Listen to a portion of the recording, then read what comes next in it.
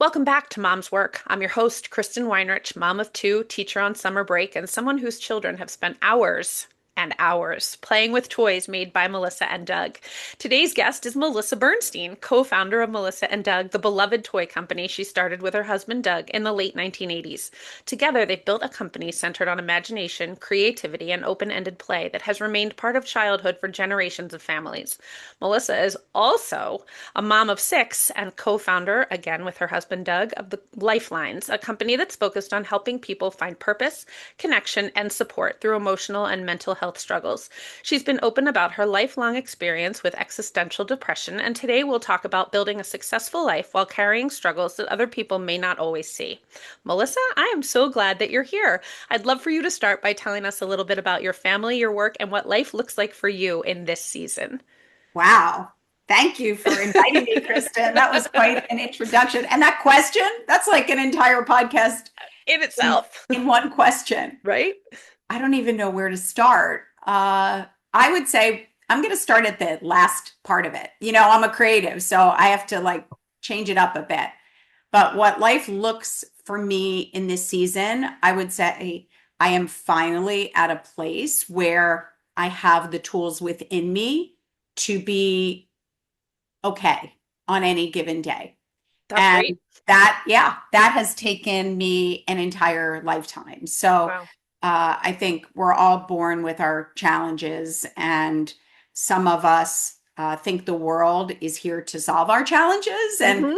keep looking outside ourselves for answers from others on how to solve our challenges. But for me, and I think most of us, unfortunately, that answer is within, and we must heal ourselves and care for ourselves. That it's that individual path we must take before we can sort of heal others and really feel equipped to heal others. So it's taken me quite a long time to get there, but I'm, I'd say I'm very, uh, very proud, that I have fought through some really challenging times to get to the point where I have all the tools I need Hmm. to help myself. And there are times when I feel sorry for myself and don't want to use those tools and I'm Right, too right, tired right. to use those tools. But I do have everything I need to be okay if I choose to use it. Wow, that's amazing. And like you said, it's been a lifelong struggle. And look at what you have done in the midst of all of that as well. So you should be very proud of yourself. Well, no, my struggle is it needs a lot of action. It's not like Okay. your traditional struggles where when someone feels malaise, they just sort of hide away and don't do anything. Mine's the opposite. Mine is ultra needing to perform and deliver and Do it create all the time. to channel it all. Yeah. So mine is the opposite extreme. So as a worker, I've always said you want someone maybe that has existential angst because they're going to They feel will such work. a need to make meaning and to create and to do and leave a legacy that they're going to be, if anything, work too hard. Right. Okay. Interesting. I'm interested. I'm interested to talk about that later in the show because it's this existential anxiety and depression is something that I had never actually really heard of before. So it's interesting to hear that it's kind of the opposite of what most people think of. So we'll get into that a little bit later. Tell me, you have six children. How many boys? How many girls? And what is their age range? Yeah. So we have six children, and people always ask That the two that of in of us. itself, The right two there, of six us had kids. six children together over a long span, and they all came from my body. And All yours. yeah, we have bookend boys. The oldest and the youngest are boys, and then the four in the middle are girls. Oh And wow. Okay. yeah, they're in all stages of life. And I will say it doesn't get any easier, Hmm. unfortunately. Don't I say think one of that. my No, you're myths. supposed to say, oh, once they hit this age, it's all No, just, you know. no, I'm very honest about my parenting ups and downs, and I'd say as hard as building a business is, it's been much harder raising kids. I'm sure. I'm sure. We used to joke, Doug and I had a little saying, every Sunday night we would say TGIM. Thank goodness it's Monday. Time to go. It's like on Sunday afternoon, sometimes we're like, yep, it's time to go back to Yeah. school We tomorrow, never kids. said we never said TGIF. We were like, oh gosh, the weekends The are weekend is over. crazy. Time to go back to that Time to routine. go back to something that we can actually control. And we're sort of, it's very formulaic and Yeah. structured, and nothing, is necessarily out of the ordinary. Whereas, raising kids, You never know. You you never never know. know. Yeah, it's And not. six, I mean, I always said I wanted five and I have two and I'm like, I think two is great. So Yeah, I like the yeah, idea of a really big family, but I think yes. that maybe was not for me. I'm like We two. joke that we wanted to Great. lead by example and that if we had six kids, everybody would, and then our business and the whole children's industry would be booming. Everybody would need toys for all these Everybody kids. would need toys, and then everyone stopped at two, and we just kept going. You So, were like, well, you were gonna create the toy industry on your own with your but it's, family. I will say, it is amazing. I always wanted a big family. Hmm. Um, I like loved the Brady Bunch and the Partridge Family and those shows growing up, and all I wanted was a loud, boisterous, Yeah. like Thanksgiving with Yeah. people screaming and food flying, and because I'm not that way, and I wanted that joy. Yes. We're very fortunate. Our kids are all very boisterous and they're very close with each other. That's And wonderful. all those, visions, sometimes your dreams don't turn into reality, but in terms of the kids and the relationship they have with each other, Yeah, it's been really beautiful to that's see how, wonderful. yeah, And they really support each other. did you come from a large family or not? Not How at many kids were in your all. I family? come Okay. from a very small, sort of fractured family where there aren't good family relationships. Nobody really talks to each other. Oh, I have one special needs brother who's okay. younger, and I was more like his mother than a sibling. So I Hmm. think I always craved that sibling bond. Yeah. And well, if I can't have it For make myself, it for my family. I'm gonna Make it make for my it for kids. my kids. So I love that. They I sound like a felt lot of really fun. I they was talking. are fun is definitely word. And are they all, I know some of them are like kind of grown and out of the house. Are they near you or are they kind of spread all over? They're spread out. Okay. We maybe gave them the gift of seeing what it's like to travel. Yeah. And I think they have all followed their paths wherever they are. But we do still have three at home, Okay. um, in stages of school. So, Okay. we still have the most, maybe some of the very boisterous ones are still home. Still home. Okay. And do the other three get home often so you can be all together or not like just holidays? I mean, for some special, it's very sweet when they are. Like Yeah. we had a graduation this year from college and they all came and even with their special other people. So Oh, it nice. was So like it's getting bigger and bigger. The group is it getting bigger is. and louder It and more is, fun. which makes me it makes me really overjoyed. So I'm very wistful. I have existential angst, so I am very acutely aware of our short time here on Earth. So Hmm. I think whenever they are together, I'm very emotional, and Yeah. I Yeah. take it as a gift. And kind of seeing what you had wanted all coming to fruition, I'm sure is extra Yeah. special. I mean, I think we are, biological creatures and we're kind of here to procreate. Yeah. And, in the animal world, you'd procreate and then die. Right. So And here you get to like enjoy yeah, I it. feel like, when you do proliferate and hopefully see those people doing decent things in the world, which the jury's still out with my kids. We'll wait and You see. you feel like you have done your service. Yeah, that's wonderful.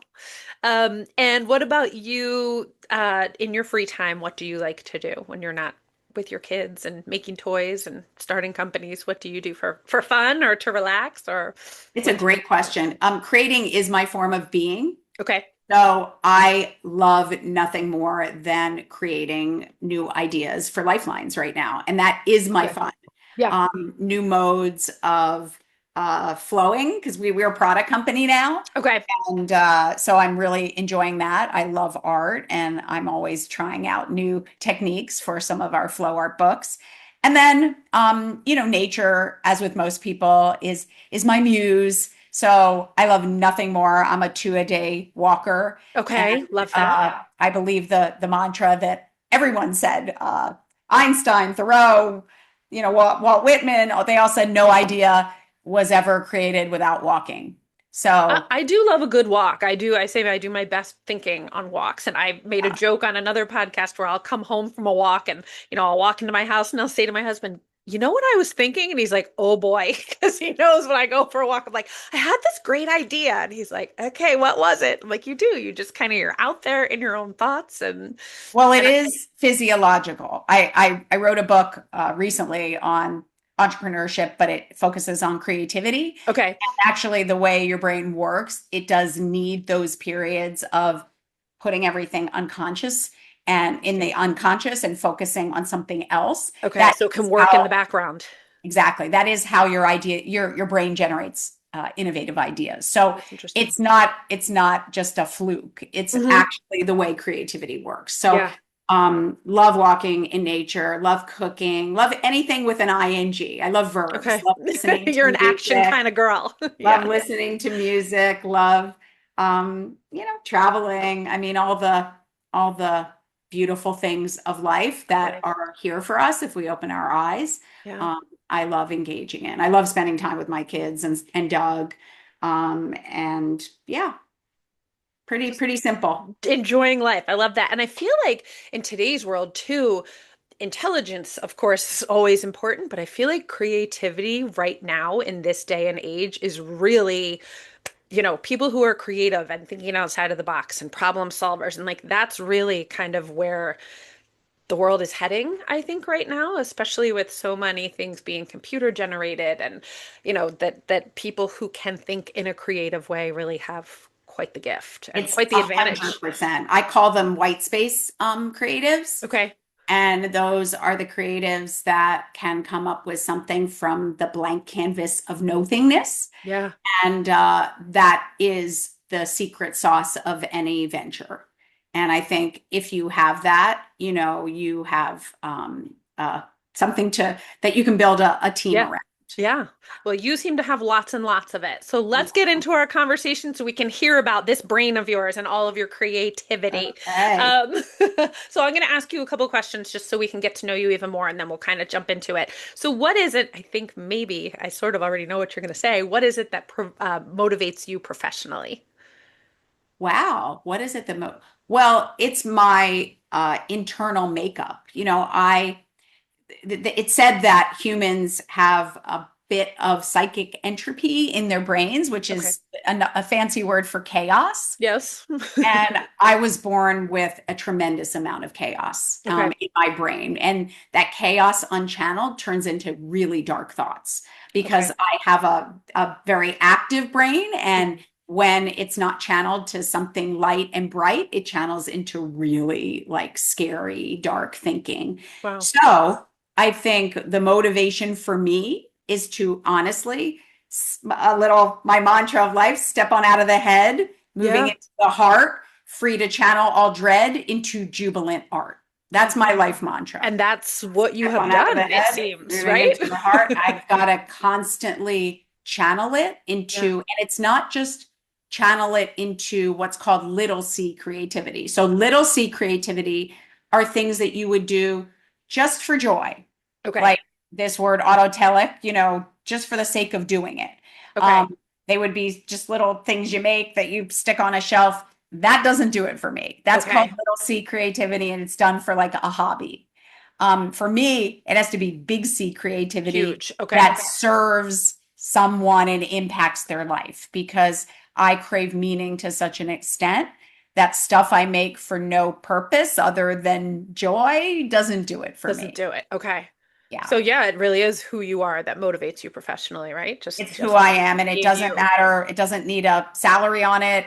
Right now, Lifelines, Doug and I are not paying ourselves. We have Yeah. a team we're paying, but not Not ourselves. And yourselves. I Okay. am every bit as, engaged and passionate as I've been about anything. That's wonderful. So it's not a Um, financial I thing. would love to be inside your brain because you probably have great ideas like all day long. Can't turn it off, right? Well, it's what I call a blurse, right? It's a blessing in that I do. Right. It's And a for curse sure. because I literally cannot Can't turn it turn it off. off. Yeah. Yeah. Yeah. Yeah. And let's go back to probably when your kids were a little younger, but maybe now, I don't know. You tell me, can you think of your most challenging working mother moment or phase of time or season of life, or when was it? I'm sure you can think of many, so give us one. Yeah, I think as a play advocate, for 3 decades, I think my most challenging problem was not to let my kids become addicted to technology. Yeah. And while I was working full time. Right. So the way I solved it was not the best way. It Okay. was that I became like their play coach. I was sort of like their cruise director. Okay. So every night I would literally plan out these elaborate nights of games and fun stuff we would do, which was all well and good. Like we'd, have these elaborate fun things we would Bet do. your house was the place to come for play dates, right?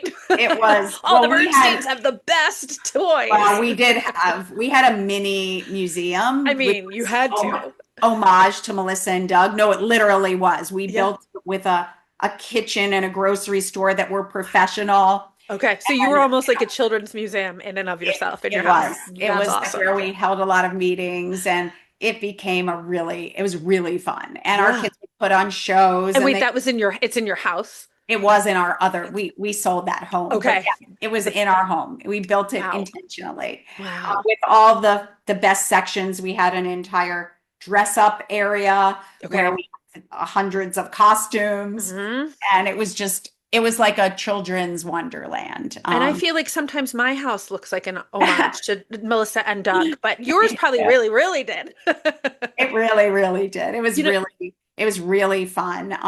But what happened, it ended up having sort of again, a blurse, which was I became the facilitator to such an oh, extent that my kids could not figure out what to do with themselves when I I see. wasn't there. So Okay.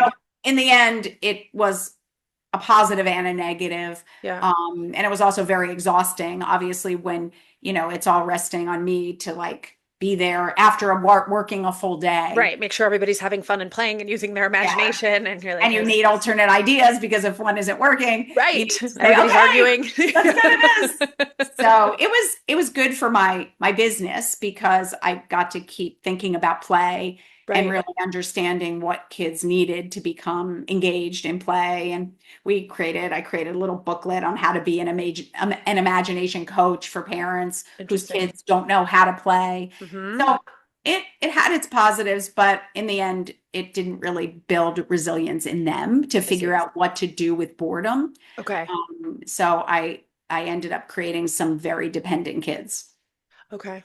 And have they sort of worked that out as they've They're gotten still older? working it out. I They're would say still the working it out. younger Okay. ones have because they're the generation too that turns to technology Hmm. whenever they're Hmm. bored.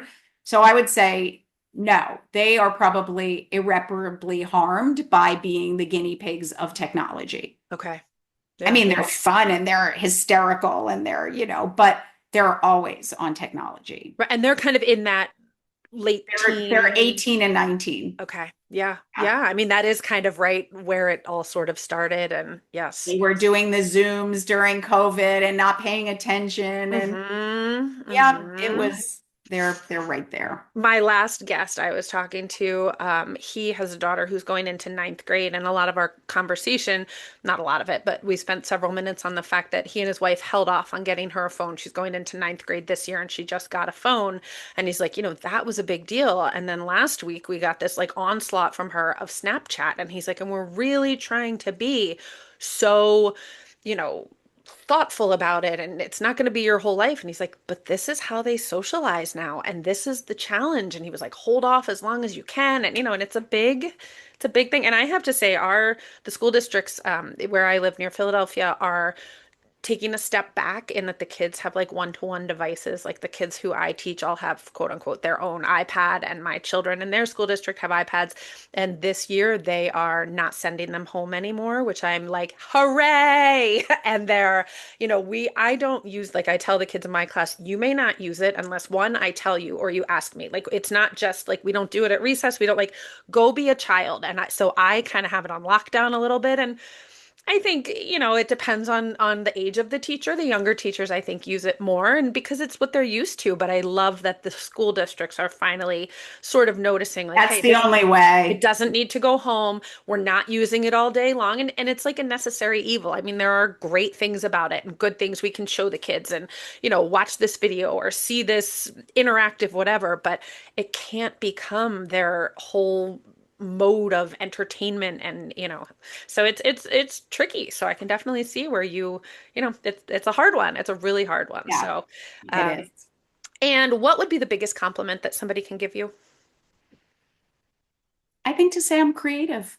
There you go. I think you're Yeah, extremely creative. because So I never believed I was creative. I never really thought of it as something that mattered or something that was, in fact, I despise myself for being creative because I yeah. felt so when you have this many thoughts, Yeah. it's like you can't be just happy-go-lucky. You can't be Yeah. carefree because like I'm always looking up because that's where I see like a ticker tape of ideas or Oh, music or interesting. words. Okay. So I'm always like looking up and I'm kind of like muttering to myself and I always need to have something to write down. So it's weird, and I always despised myself for Okay. being a weird creative. So I think I'm embracing that creativity and when someone says, "Oh, Melissa, she is so creative," I take it You're like, as oh, the ultimate thanks. compliment. And Yeah. how long did it take you to get there? Like, when did that become a compliment to you rather than an insult?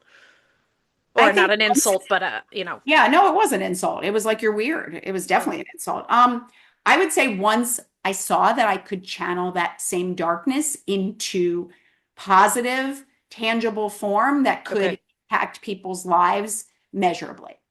Okay. Once I started to see that there was a purpose for it and it Mm-hmm. wasn't just weird, Mm-hmm. and that I could support other people through it and Yeah. build a large company through it, I started to like, I'm going to own this. And And isn't that so interesting? Like, I look at you and I just met you 20 minutes ago, but I was telling my husband that I was talking to you today and he's like, "Oh man, you see that red oval with the Melissa and Doug in it and like you just know it's a good toy." Like he's like, "I didn't know Melissa and Doug before 10 years ago when we had our first son." And he's like, "But like I look at you and I think, wow, like what an empire you have created and what a service you have done to the children who have been able to play with your toys." And I think millions of parents would say that. And it's so interesting to talk to people and to you. And that's why I love having these conversations because to you, it wasn't a gift. And to so many parents and kids around the world, your creativity is a huge gift. So it's just so, humans yeah. are so interesting. I just They think it's really are. so Yeah, it was a interesting. huge burden that I didn't understand the why behind Yeah, until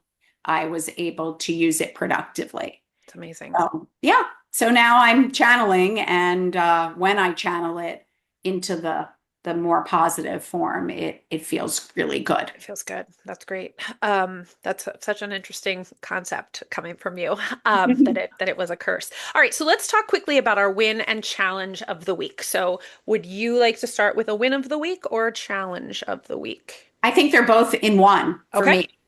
go for it. Yeah, and it was just the other day, and it's interesting. So I had like the biggest meeting of my career. I Okay, was presenting a huge section to one of the biggest retailers in the world, and okay, we were meeting with their top people. And I was really nervous because I was sort of giving a presentation, and I hadn't been nervous in a long time. Like I just speak kind of off the cuff, and I know my thing, but for some right. reason, this is about like us really being a category captain in an area. Okay, And it's a lot based on trends and things that I wasn't as comfortable with. okay, So I was really nervous and I had a lot of notes. okay. And Doug always says to me, sometimes my notes, I don't necessarily use them, but they're like my security blanket. Just to hold them, right? Know that they're there. And Doug always says, drop the notes. I don't Okay. want you, whenever I speak, he's like, stop using notes. And I was waiting for the people to show up with two of my teammates. And my like right hand said to me, I think you should put the notes down, Melissa. I don't think it looks good for you speaking with the notes. And I was Okay. like, all of a sudden I felt this tremendous panic. Yeah. Like, I don't know if I can do this without my notes because this isn't something I've spoken about before. Right. But I like took a deep breath and I was like, oh gosh, can I do this without my notes? And I like took my notes and I put them in my bag. And then my mind, I was like, do I remember the points I need to say? Do I remember? And then Right. they came in and the meeting ended up not going in that formulaic way I had planned Okay. anyway. It was like they started by talking about someone's hair and it was Oh, just so they were like pretty casual. Okay. really casual. And then we just sort of got into it. And then the meeting just went. And by the end of it, I was like, And I said to Ash, I was like, did that go okay? She was like, what do you mean? It was great. It was fine. Right. I was like, okay, but I don't think I hit all my points. And she was like, stop it. Who cares? It was fine. So And I are would say, you usually a person who is nervous to, you said not really, like public speaking and speaking in meetings, does no, that really bother you? I'm always nervous to speak. When Okay. it's, I force myself to do it. But Right. yes, I'm an introvert. I create through my hands. I don't Okay. speak through my mouth. I definitely feel nervous when I speak. And after the meeting, were you like replaying over, I no, should no, have said no. this, I should have done that, or you were good with it? Like it I'm was, good with you were no, and happy with it. I've learned I don't second guess things. Even if I speak, and many times I speak to hundreds of people and Yeah. I get crickets. Right. I'm like, were they, Can somebody smile? was the volume off? Like, did I just speak for 30 minutes and nobody, Am I speaking the no, right language? What's happening I, here? but So then what? I've learned to not sweat it and Okay. say that, as long as I can say I was authentic, I did the best I could. I Hmm. tried to impart something that they could take home with them. I feel like that's enough. So the meeting was fine, and You didn't and need your notes. I didn't need my How notes. about it? And I I would know. think that people would be more just coming from the business that you are and what you represent would be more nervous to talk to you. And it's funny to think that you were nervous to talk to them, but Yeah, I think it's maybe they always. dropped their notes at the door too. So everybody was a nervous wreck and it all worked Yeah, out. no, they weren't. They didn't even seem to care who Oh, I was. we don't care who you are. You don't intimidate us. No, in fact, one of the really funny things, this is TMI, but one of the head woman, Yeah. she comes in and she looks at Ash, who's adorable. She's Yeah. like much younger than I am. And she's like, I love your hair. And then she presented to look at Ash the whole meeting, even when I was speaking. Oh my gosh. And after the meeting, I'm like, did you notice that she was just like transfixed on you She wasn't even hearing what you had and to didn't say. even look at me? And Ash goes, oh my gosh, it's funny you say that. Yes, I couldn't understand. Like, I'm like, Melissa's here. Over here. Melissa is speaking. You should Like, have just started talking about something like totally random and she would have been like, yeah, no, sounds but good. I love the irony in that. And that's how it should be, right? Yeah. I try to have very little ego and I try to, because I'm no different than anyone else. And as you see, I struggle like everyone else. So Right. I thought that was really funny. It was like the world saying, don't think you're even special You're in not this that big of a meeting deal, because Melissa. Ash's hair is getting a lot Maybe if more. you had worked on your hair a little, I And don't I know, next don't. My time, hair get it looked like this. done. So that was probably my problem. She was like, I'll listen to you, but I'll look at this. That's hilarious, actually. And my win and challenge were a little different, but that's okay. You Okay, can let's probably hear relate it. to this. My challenge this week is I have a 7-year-old daughter. She's adorable. She's funny. She's, zippy. She's very different at home than she is in school and in public. She's very quiet, very reserved in public. At home, she is a wild woman and she's funny and she dances. And you would love her if you were able to see the true her. But she has a lot of like big feelings, and this summer, man, they are coming out. She has a little side of her that likes to control things. Mhm. And so, they'll be getting ready for camp, and I'll say, I need to do your hair. I need to put it in a braid or a ponytail or whatever. And just this morning, she was like, well, I need to put my socks on. And it's so hard to even describe now. And you're like, it's not a big No, deal, Kristen, but no, it is a big deal. like she'll fly off the handle over the Yeah.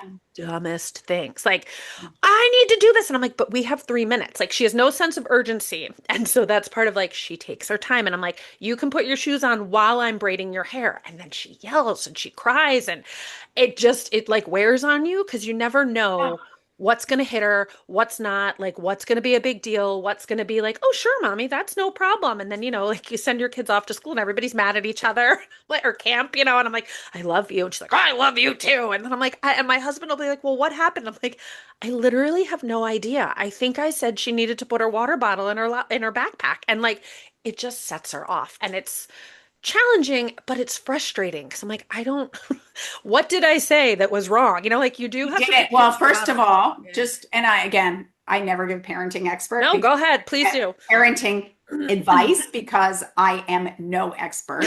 None of us are. Um, but all I can say is she doesn't know what's going on and you don't either. Yeah. It's Yeah. just, it's just chemicals Yeah. Her that little are feelings. going rogue. And I would just encourage you to not force her to do things that really aren't a big deal. Hmm. Hmm. and only push her on the things that really do matter. Yeah. Because if you try to have too much structure and too much control in someone who's trying to assert herself and be, then it's just going to be constant battles. Then So I would say yes. only in the things that really matter. And then I would almost try a reverse tactic. I would say, it seems like we're having a little trouble getting ready. I'm going to tell you, you need to be in the car Hmm. at 8:50 a.m. Right. I'm picking this up. And if you'd like me to help you with anything to get ready for camp, let me know. And if not, then you'll be going the way you are. And it's not the end of the world, some of these things. And Right. it'll then she will, because she's fighting, she's resisting the structure, Hmm. and put it on her. Yeah. If your hair is a mess, doesn't really matter. And that's actually great. Like in my head, that's what I tell myself, and it's also a fine line between like, you do have to pack your own backpack, but do I just throw the water bottle in the backpack because I don't want to listen to the yelling? Like it's that parenting like struggle of like, no, you need to learn to be responsible for yourself. And so And it's a believe it or not, we've made the mistake in creating very dependent children. If you can teach them that responsibility, there's no greater gift. There'll be a yes. little friction now, Hmm. but I am telling you, my kids that are more independent, it's saved years and years of anguish, Yeah. mostly for them. Yeah, right. And just doing it. But I like that. Maybe I'll try that tomorrow. I'll say, you have 15 minutes. And she's like, you Yeah. have 15 minutes. I'm like, And guess okay, what? no. And realize this is your control issue. This is not I, hers. I'm sure it is. And I am a little And guess controlling what? If they're late for camp, who for cares? camp. Exactly. So I think you have to realize that, you know, that a lot of these things are okay, and that you shouldn't force her into the Hmm. box, Hmm. and Hmm. see if she can do it, and see Hmm. where she falls, Yeah, and that's a say, really good this, point. if you don't want to be late for camp, this is when we need to leave. Hmm. If you don't care, and start to see, can she get it together, or is she, and if she can't get it together, then see where it falls. Right, that's a different story. Right, that's an excellent point. I'm gonna try it tomorrow. I'll circle back and let you know. I'll send you an Okay, email. yeah. Say Will she got you to let me camp know? at 10:15. Yeah, I'm really curious Yeah, about it. because she's very capable, but yeah. It's, Love yeah, her, it's more that love her, love she's her. just fighting the structure. That's Like all. it's the two of, and she's April 3rd, I'm March 31st, so we're both Aries. So we are just fire fighting fire, man, let me tell you. Yeah, it's gonna be, I hate to tell you, it's gonna be a rocky road. Yes, we're both strong, but she loves to bat her eyelashes at daddy. So I'm like, she's all yours, man. When she's like Yeah. 14, she is all yours. And that's what happens. That's what Yes, happens. like you can bat your eyelashes at him all you want. Yeah. So that is my challenge. My win for the week, and I'll make it quick, is that this podcast. This is, I believe, you're going to be my 31st episode. I started last August, and have gained momentum. And just this week, I've had about 5 people who I don't know who follow me on social media reach out to me and say, "Hey, I really like your podcast. Oh This my, is what I do for a living. Would I be able to be a guest?" And I'm like, "That's so awesome." So I had a yeah, congratulations. and I was like, "Oh, like I never even thought that this was going to happen." I had somebody from Charlotte, North Carolina. I had somebody in New York City. I had somebody who actually lives in my town who I don't know, and a couple of other people. So I'm like, "This is You're so making fun." a difference. Yay! And I was like, and it's, it shows me right that people are listening and that people want to talk about these things that parents talk about. So, yeah, I so love I'm that. like trying to fit them all in. So look forward to that. People listening to That's people from incredible. across the country. So yeah, that's a big win. Good for you. All right, so let's start at the beginning. I wrote down a couple of my favorite of your toys that my children have played with. So here's my quick list because I just love your toys. So Okay. puzzles of all kinds, like the baby puzzles to the puzzles in like wooden structures to the floor puzzles. My kids played with them a lot. Play food, water wow, reusable stickers, the Christmas tree advent calendar, the polka dot books with the for people who Oh don't know what that is, it's like a my children both have week hand muscles. I don't know why they get OT just for like handwriting and stuff. I blame my husband. My handwriting is beautiful. I'm a teacher, but the polka dot books have little like clear circles in them, and when they were babies, they would use their pointer finger to push the dot through to the other side. So it was a good OT activity and fun too. And then we have your dress ups, and we have a lot of your puppets. So, Oh, that was and so that's only we cute. were looking through the website, and my son was like, "Wow." We have a lot of their toys. And I'm like, they're good toys. And I have to say, going back to my education as an elementary school teacher, I remember taking a class and they said a toy is something that can be used for more than one purpose. And my husband and I were very strong on like, we don't have like beep, beep, boop, boop, computerized things that blow balls and like,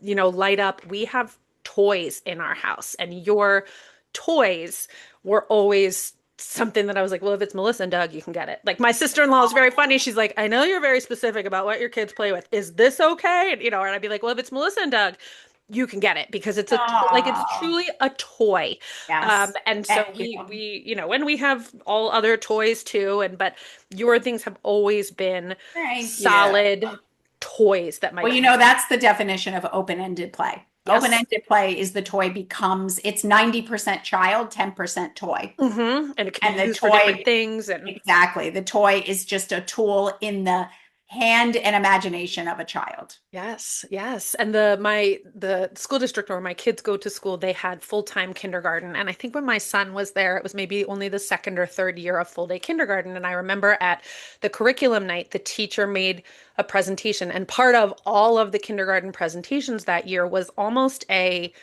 justification. They do open-ended play. So they would have like a half an hour of, they call it purposeful play. And I Yeah, think, and then they had three recesses, which I thought was great. Like it was so done so well. But they had a presentation that they showed to all the parents that felt like they were justifying the purposeful play. And when we got in the car, I said to my husband, how sad that parents of kindergartners it needs to be explained to them why play is so important in exactly. kindergarten. And I think people don't always I realize think how. of play as frivolous. Yes, and play is children's work. And It so they sure did a lot is. of play, and that was great. So thank you, and Doug, Welcome. Thank for you. all of that. So take us back to kind of the beginning. What was your degree in college, and then how did it lead to toys, and kind of how did you go from whatever you were going to do to let's make toys? That's a great story. I never made a toy in my life and Okay. never thought about designing toys. And Doug never thought about starting a toy company. And it was just really serendipity. Yeah. Out of college, we had very traditional careers because that's what you did in the 1980s. In the Right. 1980s, you didn't say, I'm going to start a company. It was Right. very linear, right? Yeah. You get into a great corporation and you follow the escalator up to the end of Stay your there. career. You Right. stay there, whether you Yeah. like it or not. There was You no, were there for there was, 40 years. yeah, this wasn't like millennials. You didn't Right. ask, like, how do I feel today? It was like, Do I get a want to take job. today off? Maybe I have unlimited Yeah, no, paid time off. get a job and stay there. Okay. So we both did that in different fields. He was in advertising, and I got one of these highly coveted investment banking roles, Okay. which at the time was considered that you won the lottery. Right. People were like coming up and congratulating me, but the truth was, it was so bad for who I I was. was going to say that And sounds like prison for you.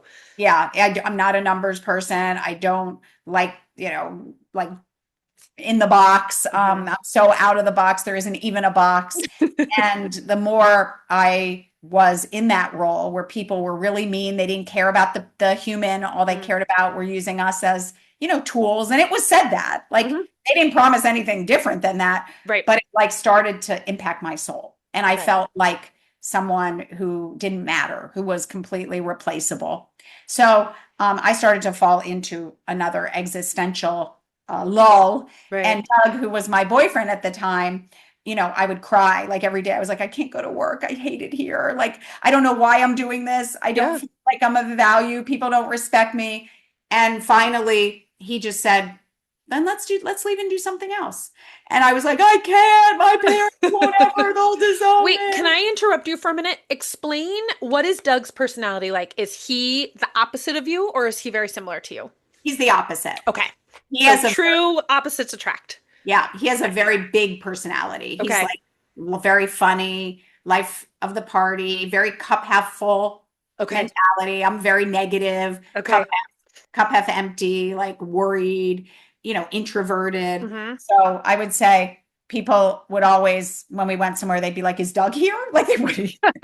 Did you bring him? I was like, Thanks. thanks. Thanks a lot. Nice to see you. I'll just leave now and send him Yeah. over. Okay. Okay, Uh, so you really truly complement each other with Yeah, opposites. and I allow him to be big and the center of attention, Yeah, because I that's the last thing I want. So I'm right. like, go to it, Go ahead. I'll be over here. do your thing. I will just be quietly over here and loving every minute. Mhm. So yeah, so he was much more like optimistic that we could do this. And Okay. we basically decided on one fateful weekend to go away to a very inexpensive bed and breakfast in the Berkshire Mountains of Massachusetts. And we said, we're not going to leave until we have an idea of what we want to do. Okay. So we brainstormed a bunch of things. We centered on children pretty early because we both love children. Our parents are all educators of some form, and we knew that if we did something that impacted children, it wouldn't go away. We kept thinking, Mm-hmm. Right. like, what businesses are going to be here in decades, Yeah. not just disappear. So we finally ended up by no like magic, just saying, let's Toys. make products for children. Okay. And that's how we started. We pulled Okay. our meager life savings, we left our jobs, and we embarked on the hardest work we've ever done for 30 plus years. Yeah. I mean, that was a risk in itself to walk away. Now, if you walk away from Oh, jobs like that, is it that was it? a Like, huge risk. are you like burning every bridge you ever Oh, had? yes. Like you knew you were done. And my role was like, you go to Harvard Business School, you come back, you're making a lot of money. Okay. Mine was a very prestigious role, like And one is in that one of thousand. those like where you're working 18 hours a day and sleeping in the Yes. office and waking up? Okay. Yeah. Gotcha. Yeah, the badge of honor was how many hours you worked. And in those days, there weren't cell phones. So we had pagers. Okay. And literally, you'd leave the office and you'd be paged at 4 a.m., like, come back. You have to come back. So it Toys was, sounds like a lot more fun.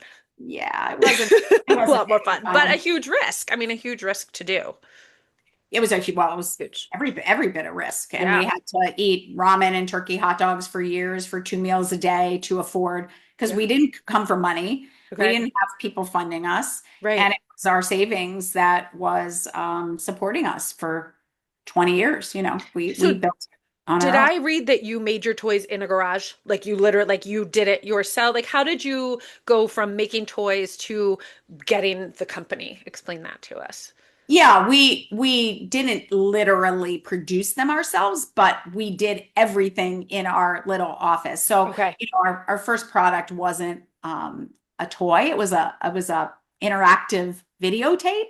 Okay. But we did produce them locally, Yeah. and they were packaged locally, and then we shipped every order ourselves Wow. locally. Okay. So that we printed every invoice, we took it to the UPS store. So we did it all. It was And just were the two of us. you like knocking on doors and going to children's toy stores, like kind of hawking your wares, or that's how it We started? did it in a car. Mhm. Yes. We had a portable TV VCR player, and we had our little program. Wow, back to We the would go, 80s. Yeah.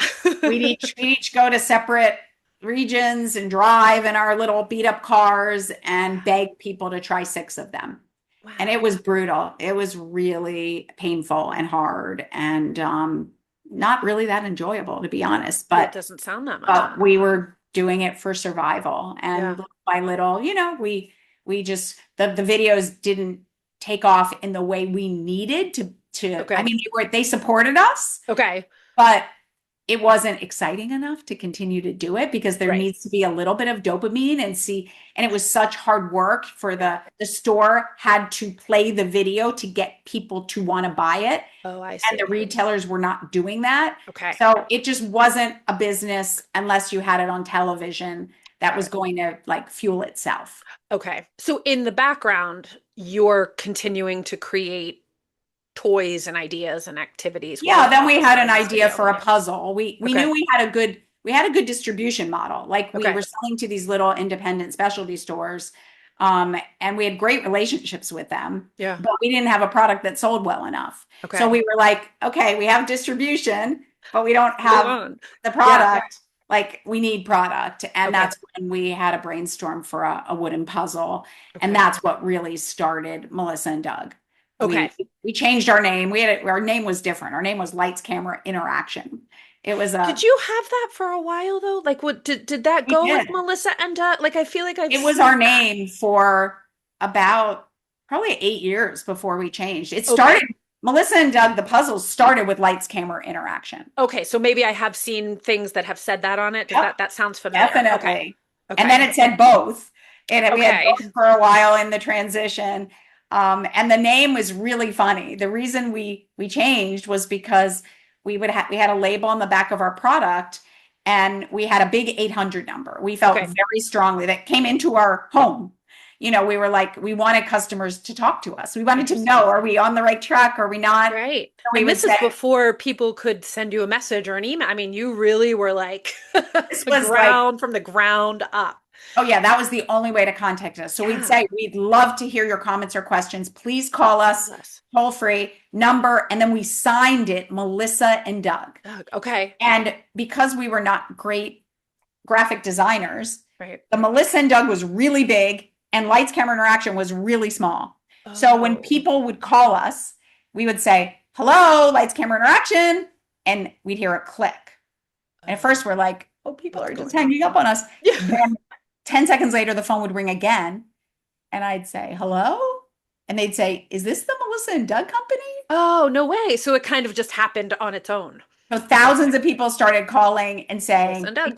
because that's what they saw under the Yeah. phone number. What a funny So story. when Okay. we when we pivoted away from, videos, we didn't Mhm. need to be Lights Camera Interaction. We Right. said, what should we call ourselves? And everyone was already calling us Calling you Melissa Melissa and and Doug. Doug. It was So we were easy. like, we Wouldn't don't really forget want it that to name. be our names, but let's just call it our names. And what was the moment so you started selling puzzles and I guess did you start reaching like further into the country and more toys? Like when did you realize like, hey, we think maybe we've made it. Like this is gonna be something. Yeah, I think our very first puzzle really went pretty viral. It Okay. like just by accident featured on the cover of USA Oh Today. wow. And we started saying, wow, this is a lot different than videos. Like Yeah. now What was the picture on that puzzle? I'm wondering if it I was the fuzzy farm. okay. I'm sure I'd know it if I saw it. Yeah. Okay. And that was like, we got tons of orders to our 800 and they put our 800 number in with it. Oh, And we great. got probably like 1,000 orders I direct. bet. So I it bet. was like, oh my gosh, we started to see that we can sell a lot of something without actually needing to hand sell it.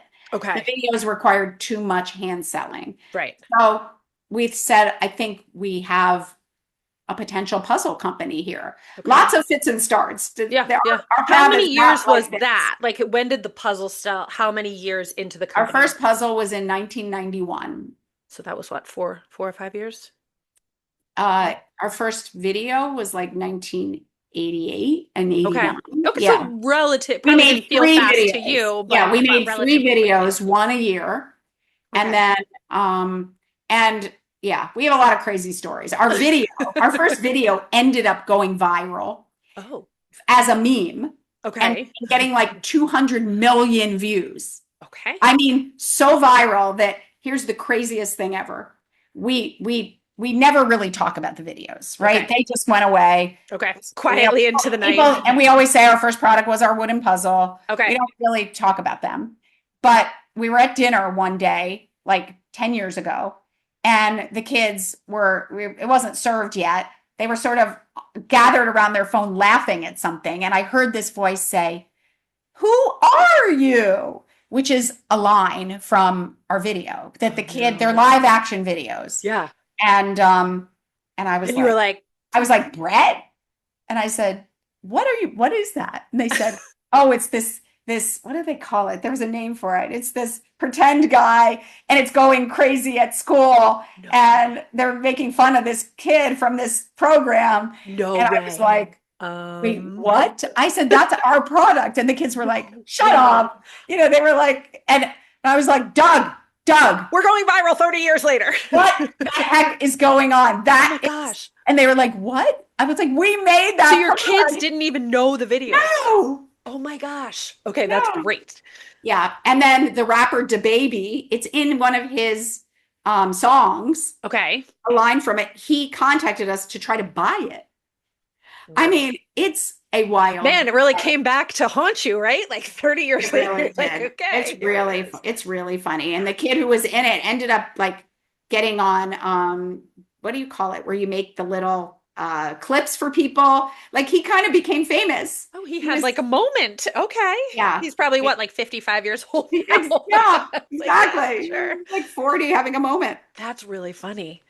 Yeah. Okay, so your videos had a moment 30 years after they were released, but the puzzle was really what did A it. moment making fun of them. Yes, Well, that's okay, right? All publicity is good publicity, right? That's what they exactly. say. Very funny. And So, then, so sticking with your sort of principles of play is children's work, how did you decide from the puzzles? Like, clearly you've created a lot of other toys. How did you, like, what, I don't know how to ask this. Like, what yeah, direction did you how go? do we roll into other Yes, like, categories? how do you go from puzzles to another product and another, Yeah, or it's are a you great kind of all question. over the place? It's a great question. I'm very big into squeezing all the juice you can out of something Yeah, before moving moving forward. And I on. Yeah. mentor, we have an incubator, an accelerator, and we mentor so many entrepreneurs. And I think that's where people fail. They Okay. jump all over the place and they Hmm. get this shiny object syndrome. Okay. So I wanted to become like a leader. And I have this thing called the 80% rule. I want to own 80% of a category before I leave it, at least. Okay. So we stayed in puzzles over a decade Oh, wow. Okay. and literally created hundreds of puzzles because I broadened the definition of puzzles into anything that could be on a wooden board and Right, go because you have into so many, like for the we did. babies with the We made pegs. I mean, we latches little boards and ones. basic Yes. skills boards and we made Yes. magnetic games and we made calendars and Yeah. responsibility charts and And they're it all in the puzzle category. it was considered puzzles, Puzzle. Okay. but they weren't puzzles. They were a surface to play.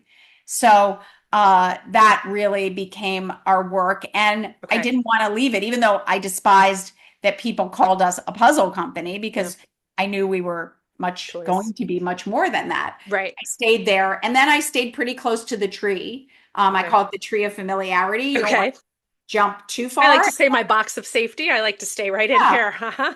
Consumers really want to go very slowly into Okay. other categories. So then I was like, okay, where is there a need? You know, our success was in transforming dull, boring, lackluster classic categories into something with pizzazz and Yeah. more play value and a better user experience. So once I sort of knew that that was the formula, right? Dull, boring, lackluster, transform it, Make it jazzy. make it jazzy. I was like, oh, wooden toys are the next Oh, category we can do this. because they were so exorbitantly overpriced. They were really boring. There was no energy to those. And that became even a greater category. You know, that Okay. was with same philosophy, right? Transform the dull, boring, lackluster with freshness and pizzazz and play patterns that are more fun. So that became the next category. And then people were like, oh, they're a wooden toy company. And I was like, I don't want to No. be put in a box. Right. So the next category was plush, stuffed animals. Okay. Okay. And that's when we just started, you Like know, sort exploding. of moving. Like, Yeah. okay, we can take this same principle and go into any category Okay. that needs the innovation in it. And have you had your hands in everything, or at that point, I mean, I'm sure you had lots of people working for you, and do you and Doug kind of give Oh, the final 32 years I was there. I would say every idea other than a handful was mine. was yours? Yeah. And then did you have people working on it, or Oh, did you yes. work on it, or did you just kind of give the final, like, yes, this is what I Yeah, envisioned? it's a great question. I was basically in the center of a huge open area. My desk was open Okay. and my whole team was around me. Okay. And they brought a lot of creativity and innovation to I bet. everything I What a did. fun place to work. I had the idea and I saw it, but I Okay. didn't want the idea to be the thing I wanted it to be so much better than what I saw. Right. So I'm the white space creative. I call them the guardrail creative Okay. because I basically give them my idea. And then within that, they go crazy I and they see. come back with better things, and iterations on it and things that are even cooler. So then I would be the point person. I would Okay. follow it through. They'd show me it and I'd say, like that, but change that, like that, but, and Okay.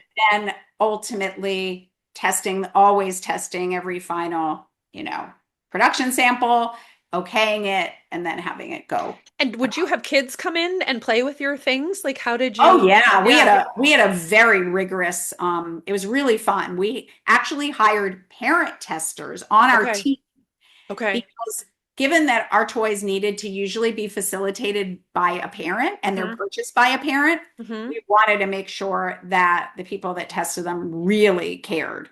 Okay. So they would fill out very detailed reports, and we have funny stories. We have the same one for Lifelines now.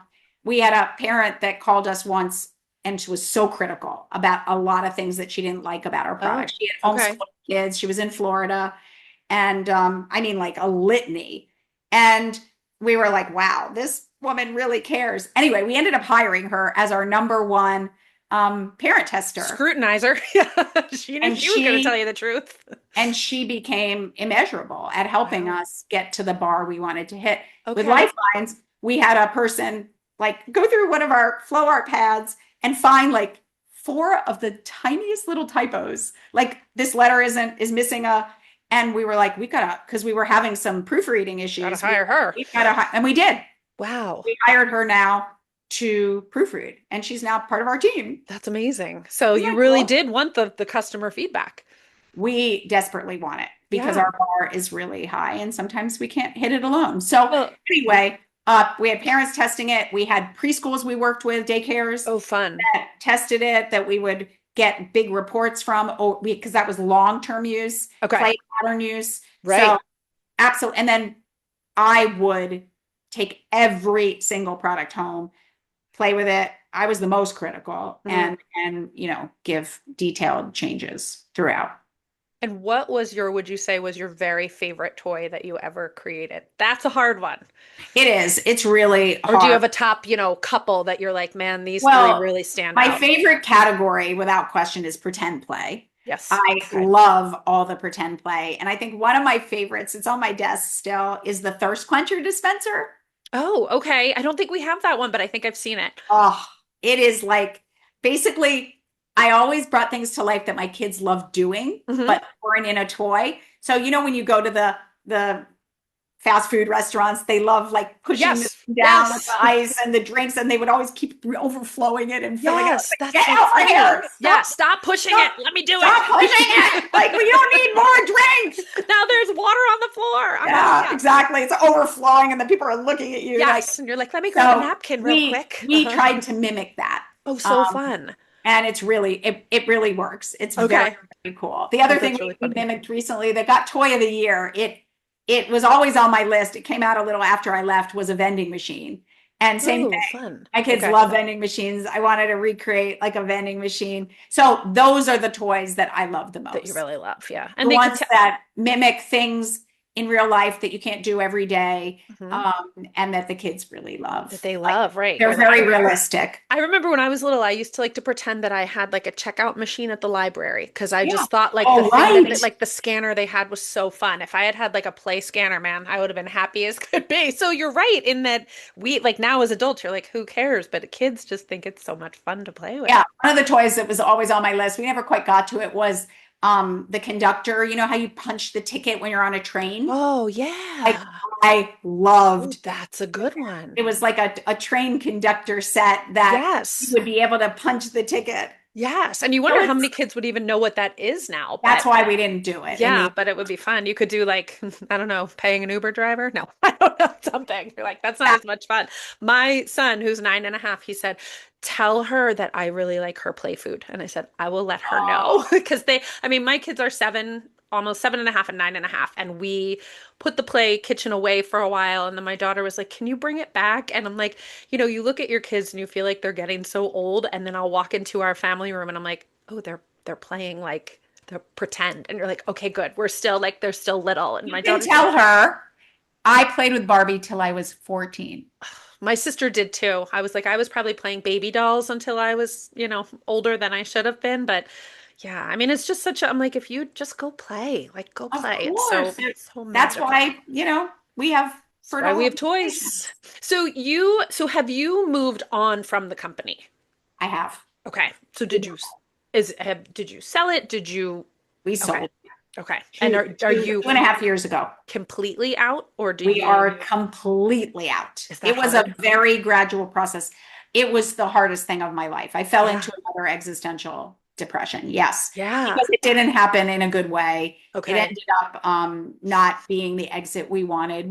Okay. After 20 years funding it ourselves, we took on a series of investors. Okay. And it was fine for years. The investors were perfect and fine. But as the ante got higher and higher, Hmm. it became worse and worse. And at the end, we sort of lost control of the company Okay. and basically were had to exit in a very traumatic way. Oh, that's So unfortunate. it took, well, it is, except, I mean, that was meaning, your baby. Like that. I me, mean, think about yes. that company. That's Oh, hard. it was horrific.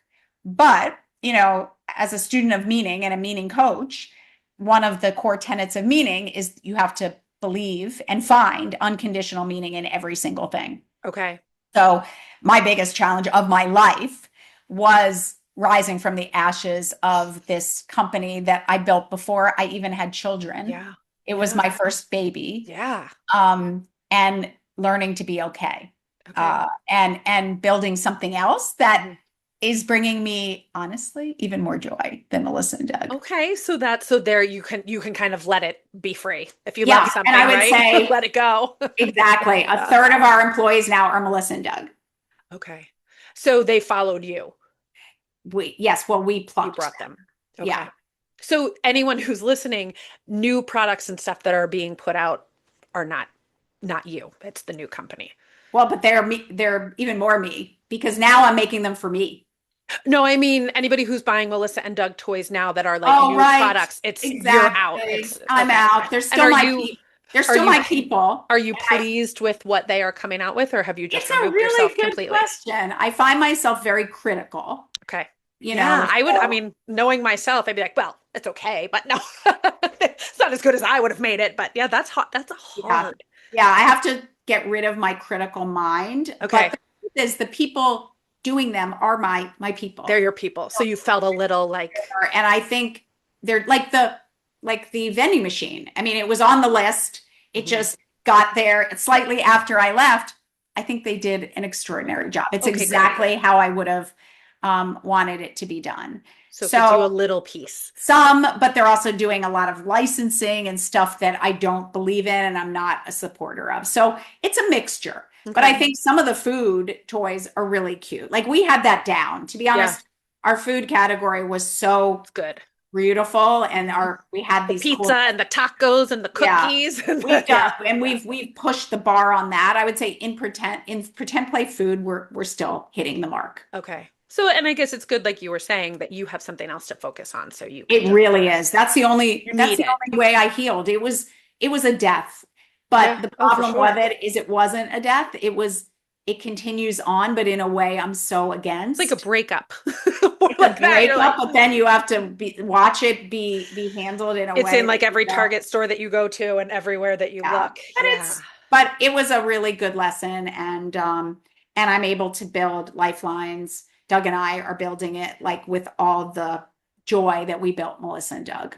Love it. And on your own terms. Yeah, and on our own terms. I feel like I could talk to you forever. Let me zip through this a little bit because I do want to get to your struggles and your and lifelines. Let's talk quickly about raising six kids while building this business and what did balance look like for you during those busy, busy years of building Melissa and Doug. Did you And say the word you balance? said there really is no such thing. So tell me about that. How did you Yeah. do that? Balance is as bad a word in my vocabulary as perfectionism. It's Okay. unattainable. So there was no balance. It Okay. was just an all out free for all, and you're just Survival. Should we call it survival, survival? Mhm. survival. But for me, that was really good Yeah. because it didn't allow, as I mentioned to you earlier, like as someone who like staying still is really bad for me because my Right. mind starts to go in. So busyness, moving, it's a problem because you can't Yeah. always move. Like you But have it's to, helpful also. it's also helpful, right? Okay. Because you kind of It's don't have time to stop and think about the things that would upset you. exactly. Got it. Yes. Like I think our record was 12 birthday parties in one weekend, Oh. in Oh, yeah. addition to like four sports in different states. So Of course. we Yes. had really busy weekends, Yeah. and that was good for me. I'd Hmm. say those years were like a blur, but a very exhausting, beautiful blur. Hmm. Probably the days that you miss now. Yeah, in a way, A little bit. they give you that structure, and Yeah. you have to be there for people, and Right.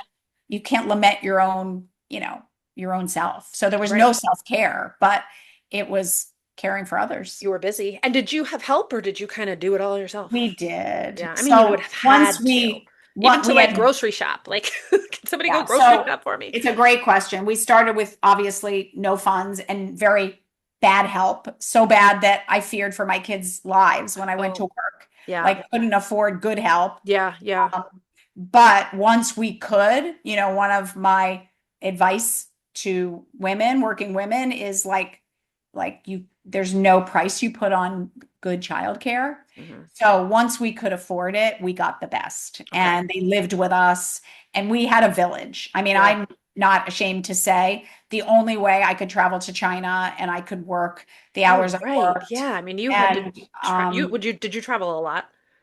for some years I did a Yeah. lot.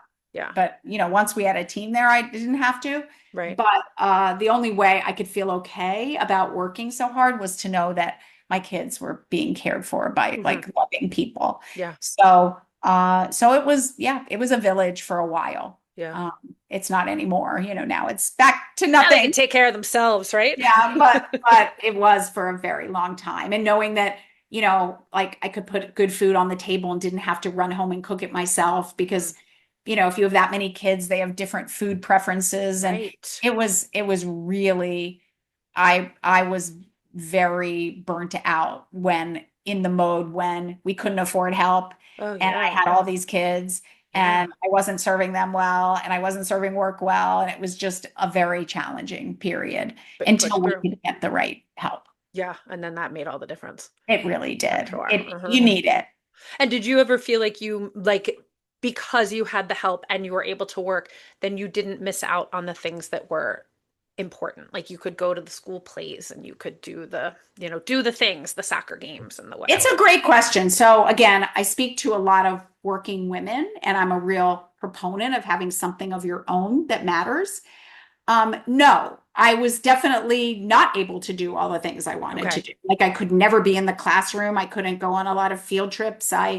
And my kids would say, I wish you could be the art smart mom. I wish you Hmm. could be but what I started to do, as opposed to feel sorry for myself and be like, I don't want to be working, I want to be with my kids, because I did want to be working and I loved Right. what I Right. did. I started to realize that I can be a role model for women doing cool things that Hmm. will make it so they have to sacrifice some of the time with their family. Right. So I would share with them, I wish I could, but guess what I'm doing? Yeah, I'm I'm doing this instead. making, and I would say, I hope that when they would say, like, I wish you could be home and meet me at the bus, I would say, I do too. Yeah. But I want you to find something that you love as much as I love making toys. Mm, And I'm hoping that one day you can do both too. I And love that. yes, I know Yeah. I'm not as good a mom as I would be to you if I were home all day. Yeah. But guess what? I'm also building this company and, helping kids. And I You're playing with really, the toys, so. well, as hard as it was for me to say it, and I felt terrible and I Yes. always felt guilty, Yeah. I started to turn that into a positive message. I love that. And something really cool happened. Again, now I have four daughters and two sons. Like all of them are, no one would think about not working other than Mhm. they just want to, have fun. Right, just lay on the But, couch all but day. they would Me never too. I'm right say there it's, with you. they would never say it's because they were lacking in any way. Right. They see it as a good thing. They see it all as a good thing and they Yeah. respect working women and they know that I've had to, and I've been very vocal. Even the other night, my daughter was asking for something, material. And I said, you're killing me. I'm going to have to work till I'm 90. Right. To do this. So yeah, like I make it very clear that, that what we do supports their lavish lifestyle. Yeah. Yeah. And it's not like, I am doing it for nothing now, but they Right. don't need to know that. But But I make it clear there is a connection. right. And if you hadn't missed those things, they wouldn't be living the life they live. And I will say to my kids, because not that I am working quite like you are or traveling, but as a It's the same teacher, it's thing. the same thing. And I am not at the Halloween parade, but my husband's there, my parents are there. I have never put them on the bus on the first day of school because, and my kids will say, but your fourth graders need you too. And I'm like, like a little stab. I'm like, yeah, but you're my kids. And I'm like, yeah, like you are going to have a teacher meet you at school on the first day. The kids in my class need to have me meet them there on the first day of school. So they kind of get that. And what I will say to them, or my kind of strategy is, I'll sign up for things at school that are at night. So like my son is going to be in fourth grade and they have a fourth grade. They're the oldest in the school. So they have like a fourth grade little like party toward the end of the year. And Yeah. I said, you know what? I signed up to be in charge of that because it's on a Friday night. So I can be there and do that. And then I feel like they feel like I'm there, even if I'm not at the Halloween party. Or I always make I make it a point to go on the field trip because I'm like, I missed the Halloween party and I missed the Valentine's party. But if I'm on the field trip, I feel like when they think back, they'll be like, oh no, she was there for that. So And I promise you, they're not thinking back. I they're have not. adults now. It's just they're always going to try to make you feel guilty. It's just like they're always going to say, she's your favorite, I'm not your favorite. It's Right. just, I realize that's just kids Just what speak. kids do. Yeah. Yes. So don't worry. I was at really virtually none of those things. And And your kids are all okay. well, if they're not, it's not because of that. Right. No, seriously. And I'm I like, and like, there are people there, like my children's friends' moms will take pictures and be like, oh, yes. here they are at the Halloween parade, and oh, I took a picture of them, or here, and I'm like, okay, great, My so most okay kid, he's number 6. okay, And he had to be so independent because by then it was like, yeah, and my motto was I'd focus on the older kids first who were in your high time with school. them was shorter, so you're like, I gotta give And them, then I would have time for him, although I really never did. yeah, you're But like, sorry, for a buddy, couple years, he was on some travel sports teams. Like literally, I never did this when they were older, with the older kids. I had to rely on other parents to take him and bring him home from everything. yeah, and you're like, Like I sorry, was never there. And the irony is he loved it because when we're there, they feel a lot of pressure, uh-huh, especially uh-huh, sports. And by the end, he was like, I like it better when you're not there. you're like, oh, I don't feel the pressure. So I was like, I don't give you pressure, but just being there gave him right. So if pressure. he's happy, then everybody's happy, right? Yeah. So I think the point is sometimes it has even an unanticipated good outcome. Right. And also the fact that like other people can take care of you. And there is, like you said, that Exactly. village, like Mrs. So and so took your picture at Halloween and sent it to me. So I saw you. And, or my parents were there and they It's all saw it. resilience. It's I mean, all right. ultimately you're creating them to stand on their own 2 feet. And Right. in a way, the sooner they realize that, you're not going to be there for every single thing. Right. That's you have to accept That's life. That's life, That's kid, life. right? It is. It is. So moving on to your um let me see, what did I have to say? Oh, so everybody looks at you and thinks, gosh, what a success. Look at you. And until I was reading about you this week, I didn't realize that you had struggles too. And I think that's such a part of life is that we see the shiny, beautiful parts of people, especially in this day and age with social media. And, everybody can put up the best part of themselves. And nobody sees videos of me yelling at my kids in the morning getting ready for camp. But trust me, I am, Of or course whatever you it is. are. Or my kids arguing with each other over, who's got what book and whatever. But for people, so you had these struggles that you were dealing with for your entire life while Have you were have also okay, raised your child while raising your children and building this business. So can you explain, I think you have a little, but just explain to us what existential depression is and kind of how it felt for you and how that impacted your work and your raising children. Yes, of course. So I think, I was born with something very off, sort of this unsettledness and kind of this question of why am I here? What's the meaning of life? And Right? what am I supposed to do while I'm here? And do you And remember that from being young? Like you I remember do, those like age thoughts? 2.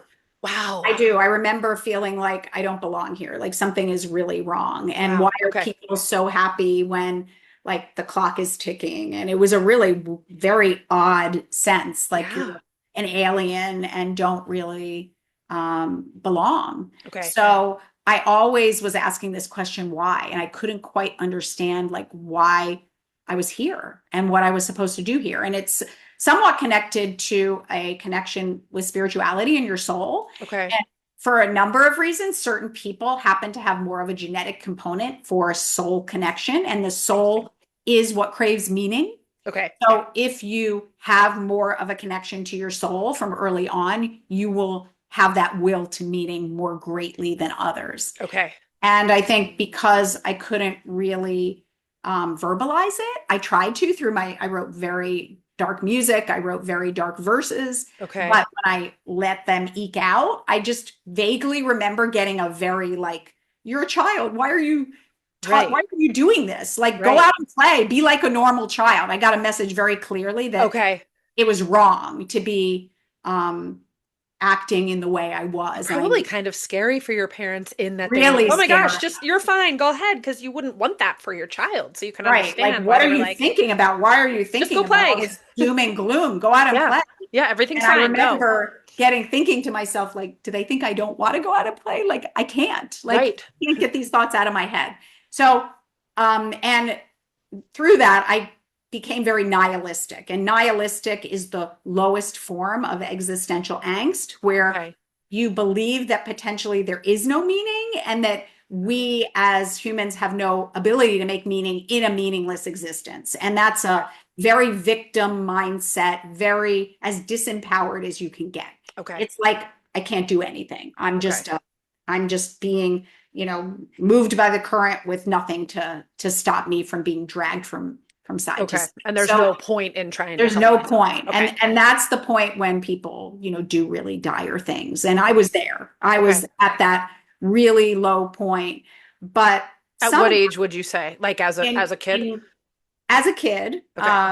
yeah, I started with an eating disorder at like age 10, 11 because Wow. of the inability to control existence. Hmm. So I was trying to control the things I could. Hmm. And then it reached its peak in college when Okay. I really had a complete breakdown because of my inability to sort of control what is incontrollable. Hmm. And then luckily, I met Doug. We started the company. And even though I didn't deal with the underlying issues, through realizing that I could take all that unsettledness and channel it into the light, bright toys, Yeah. I started to feel like maybe that's my Oh. purpose. There, yeah. Maybe there is something to this. Right. And that became really my lifeline. Okay. And sort of channeling all that became a lifeline. But I was still hadn't accepted who I was. I hadn't ever thought to try to understand it or put a name. I'd never heard the word existential. And at that point, I mean, in the 80s, Yeah, nobody was I really wasn't getting talking about therapy. mental health, No, right? my family ignored it. You I probably were almost ashamed of it or I was really self-conscious about ashamed. it, I was right? trying So, to be normal and popular and fit in. right. So And I nobody, repressed it all, even though I had a severe eating disorder. Nobody forced me to get help for it. It was like I was just completely winging it on my yeah, own. yeah. So, And were you you had said before perfectionist, were you a perfectionist in terms of like the kind of student that you were, the kind of like that, or not nobody really? greater. I was a You hundred were out of like, okay, like anything. If I got you a were the 99, tip I would top of it. punish myself. Okay. Yeah, no, it was bad. I Yeah. was, and again, a really cool byproduct is that to create, you have to fail. Like Right. someone once calculated my success rate with my toys, Yeah. Harvard McKinsey consultant, and calculated that my toys only succeed about 36% of the time. Really? So I found that to be like the best thing anyone You're like, ever look at did me failing, and that's okay because with you now. so the what I talk about more than anything is this failure is not really failure. And Yeah. because I really had to learn it. And at one point I had to say, is my need to create greater than my fear of failure? Interesting. It was literally like okay, if I want to create, I'm going to have to know that a lot of these things I create are not going to be well Yeah. received. Yeah. And it was a real dilemma. I sat there for days saying, Am I like, going to can be I do okay? this? Can I do this job? Yeah. Because people will hate a lot of the things I make. So, and then, Interesting. my need to create was my lifeblood. So I had to do it no matter Yeah. what. So anyway, So interesting how it all like yeah. comes And back then to who you ultimately are. in middle age, I had a few like really serendipitous moments and sort of realized that I had this thing. Not that I needed to name it, but it just helped in realizing that I had a condition called existential depression, existential angst. Yeah. Started to research it, started to learn that it's very common in highly creative people. That And makes I'm sense. in very good company with lots of people, most of whom who have it to my severity, most of Yeah. whom would not be here. Like most people who have what I have end their lives. And I Interesting. was like right there. Right there. So, Do any of your children have it? no, Great. Okay. I mean, A maybe little bit. touches of it, But the good but thing is you would have seen it in them, I would think, if you yeah, did, I mean, I've had a few chips off the block, but Don't we not all? We're like, oh, they got that quite, I too. don't think Ooh. to that extent. But Okay. then again, they have different makeups, Hmm. they don't quite have that creative Okay. leaning as much as I do. And did they know about all of your struggles? Never, not until I wrote my book, which was whatever, Oh, 2021. okay. So they never, you were able to just maintain being a mom, Oh having the yeah, I business. repression is Really my worked, huh? And would you really talk to Doug about it? nope. Or no, you just kept it all inside. Interesting. Yeah, it was all What is the name of your book, by the way? because I didn't I didn't understand it. What it was. There Yeah. was nothing to really talk about. I thought it was just that I was weird. Yeah. Yeah. How Two sad to think that now, now that you know that it is something, how sad to think that for so much of your life you, Yeah, were down on yourself. that's why I went to the other extreme. I finally like bared my soul on my favorite podcast. I decided in this crazy moment that I wanted to share Yeah. and speak for a lot of other creatives who have it Yeah. as well. Yeah. And I went on my favorite podcast. I bared my soul. What I is that podcast called in case people want to listen? The Good Life Project with Okay. Jonathan Fields. Okay. I'll link it in the show notes in case anybody wants to Yeah, listen. he's amazing. And I reached out on a whim and just said, I've been listening to your podcast for years. I love it. Yeah. I want to like share a deep, dark secret. And I'm wondering if you would have me. And he ended up inviting me to his apartment for like a pre-meeting because his Okay. podcast is so, special that you've got to meet his bar. And I met with him and his wife. And then we booked a time to be on it. And then I was on it in like I recorded it in October, Okay. and it's so popular. My episode didn't air till the end of March. Oh, wow. So I forgot it was such a blur, and I didn't Right. even know what I said because it was like Like, uh, it just came it was out. like Yeah. I'm just doing this, and Yeah. I don't think I even told anyone I was doing it. I just like went into the city, I Yeah. recorded It's it, probably better and then that way than you didn't overthink it and you just were on I it. forgot. I kind of put it out of my mind, thinking he's not even going to air it. I'm Right. sure in the end, because I'm kind of a cup half empty. I was like, he won't. He'll think it's too deep and dark, and he won't air it. And I didn't even remember or know it aired Oh, until wow. I started getting the most incredible letters I've ever gotten, and I got probably 150 letters in like Wow. a couple days. Wow. And that's when I said, okay, I Okay. am not alone, and I want to spend the rest of my life, in addition to creating, helping people who Hmm. feel alone and that no one sees them to not feel so unseen. And again, you put a name to it for probably a lot of them who had I been feeling did. that way. And they were like, this is what. And how did you get the name for it? Like, how did you figure out what it was? So through Jonathan's podcast, he kept talking about Viktor Frankl's Search for Meaning book, which Okay. I had and I had read in my 20s, and it never really spoke to me. I was like, wow, Okay. guy's been through a lot. That's terrible. Boy, he's got a tough time. So I Interesting. read it a second time because of him. Okay. And in the back of the book, after Viktor Frankl gets out of the concentration camp, he's a psychiatrist Okay. and a doctor. He starts his own form of philosophy Okay. and therapy to help himself find meaning in meaningless situations. And Oh, he started it in the camp and okay. realized that the only way he lived was to find some form of hope and meaning Yeah. if and when he ever got out, which was Yeah. very unlikely. Right. So he started this philosophy called logotherapy, a Okay. form of therapy. And when and to deal with existential angst. And when I read the two, I was like, existential angst. Let me see. And that's what started it all. And then I Wow. became a student of logotherapy. I Okay. actually did an independent study with a professor in Canada for 2 years, Okay.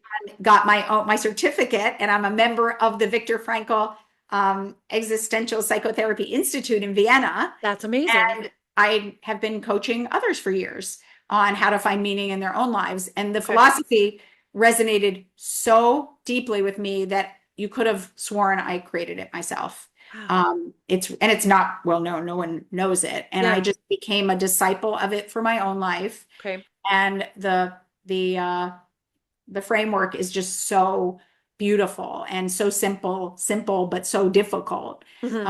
And existential philosophy is all about empowerment. It's going from that victim mindset that filled me, Yeah. and the blame and saying, no. I am going to take control and I am going to make something of this. And, I've gone the other extreme. And I'd say my biggest Achilles heel is I despise complainers. I Okay. despise victims. And I have a really hard time with people who just want to wallow. And that's where, as a parent, I've had the hardest time Mm-hmm. because, my kids love to complain. Love to complain. Love, My love, kids do love, too. That's so love. interesting. Not all of them, but like four of them, I Yeah. think love to complain. Yeah. Yeah. Yeah. and and it's like, I don't want to hear it. Yeah. Like, complaining is the biggest waste of your precious life force, Uh-huh. of anything. So I'm very short with complaining. And Okay. a lot of times they're like, Mom, I just want you to be empathetic. I just want you to. Like, I can't. I have no time for this. Yeah, it's very hard for me. So anyway, so later, once I unraveled what this was, I went through a whole process. Okay. 5 years of cognitive behavioral therapy. I worked with my mentor is my heroine who wrote 35 of the best existential psychotherapy books, and she's in Europe. Okay. And she works with me once a month. And And what's her name? Do you want to tell us? And I can put her in the yeah, show notes Emmy too. Van Derzen, Deurzen. Okay. I She's might email for you for incredible. this later so I get all the And information she's right. my own personal mentor. And I'm Okay. so fortunate. She's a dual PhD, ready for this, in psychiatry and Okay. philosophy. Oh, whoa. She gets deep, doesn't she? Deep. I bet we would all like to spend like an hour with her. Just talk to me about life. She's been there. She tried to take her life twice. I mean, and she's my senior, like maybe 20 years. She's legit. So are you like I'm sitting here talking to you and listening, and I'm like, there's so much meaning. It just took a long time, I guess, maybe for you to find it. But I'm thinking about looking at your life from the beginning. I mean, look at, But meaning is self-created and self-actualized. And that's very true. really the hard part in life. I think we believe and buy into the fairy tale. Yeah. And maybe our Western society gives us that. Like, you don't have to do anything. It's going to be meadows and butterflies and white picket fences Right. and And just cupcakes. like, and that's what life is. And as parents, that's what we want our kids' lives to be. And we Right. try to facilitate that. And I think we end up doing a big disservice. And I had to largely overcome the myth that like people will all care about me and that it will be easy and that life is supposed to be a fairy tale. And Right. Emmy, one of the reasons I love Emmy so much is she's so blunt and so honest. And she basically says, Melissa, life is hard, but you have the capacity to cope. Wow. And then you have to kind of take it and turn it around It's and be like, like, thanks. oh. What am I supposed to do with that? And you're That like, but yes, I can work this out. Thank you for asking me. damn, that didn't give me much, so, and that is basically what it is. And maybe Life that's what is you needed to hard. hear. Like, yeah, life sucks and then you Well, die, I right? just Isn't needed the that what they say? validation. I think what we all need is the validation that it's not supposed to be easy Hmm. and that others don't have it easier than you. Right. And it Because might we look have like they this do. myth that if it isn't easy, then something's wrong. Hmm. But actually, that's what's right. Yeah. Life is not easy, Not and easy. and it's not always joyful, and it's bittersweet, and it's up and down, and it's ebb and flow. And Right. that is the work of life. So, Yeah. I feel like through all my study, I've read pretty much everything there is to read Okay. about meaning, about creativity, and I get it now. And there's no shortcut. There's Jalen Brunson who recently won the Knicks championship, and Oh yes. I think was my he son might have is been on the Today Show yesterday. I think I was watching my part of son it. is a huge Knicks fan, but he's a very simple guy, and I have Yeah. to admire him because he's a man of few words. But he said it so beautifully, and I'm just going to quote it all the time. They asked him, "How did you do it? You're the little guy. Nobody wanted you. And he Yeah. said, "It's not magic. It's just hard work." And he did it. Look at him. And no, but I'm saying that's life. Yeah. Yeah. And it doesn't just fly out for everybody. Nope. But That's great. relationships aren't just magical. Parenthood isn't just Just magical. magical. Life, just Business isn't just magical magical. It's really hard work, but if you want it, it's absolutely 100% possible and worth it. Yeah. I and love worth that it. you have found that for yourself Yes. after all that hard Full work. All right. circle. Quick, there you go. Bring it all around. Quickly tell us about Lifelines that you created based on all of this learning and learning about Yeah. yourself. So Lifelines has been quite a journey because it started as an offshoot of my memoir, Lifelines, which was really deep and dark and about kind of all that negative energy that I ultimately channeled into positive energy. Okay. And it started coming out of in COVID, as groups to free groups that I just ran without Yeah. any letters before or after my name, Yeah. talking about issues no one wanted to talk about, like perfectionism, like loneliness, like martyrdom, like meaning. And we had many workshops, like multiple a week, with thousands of people sometimes just Wow. were lonely listening. Yeah. So it became this really beautiful community. And I wrote a workbook called Practice Makes Purpose, based on sort of how to take your life and make it something of purpose. And then it started to, as I started to go on my well-being journey and realized that I needed holistic tools of my own Yeah. to try to ground myself whenever I either get too up here or too low. Yeah. I sort of needed like what do I hold? What do I smell? What do I do? Right. Like they say, touch grass, right? Isn't that the saying? You have to go Exactly. touch grass. What were you going to do? Yeah. I realized that my senses are really this portal to well-being. So I started visualizing products that I wanted, and I started looking for them So online. that ticker tape in your brain went from puzzles to It did. It found another that's channel. great. And that's the cool thing about white space creativity.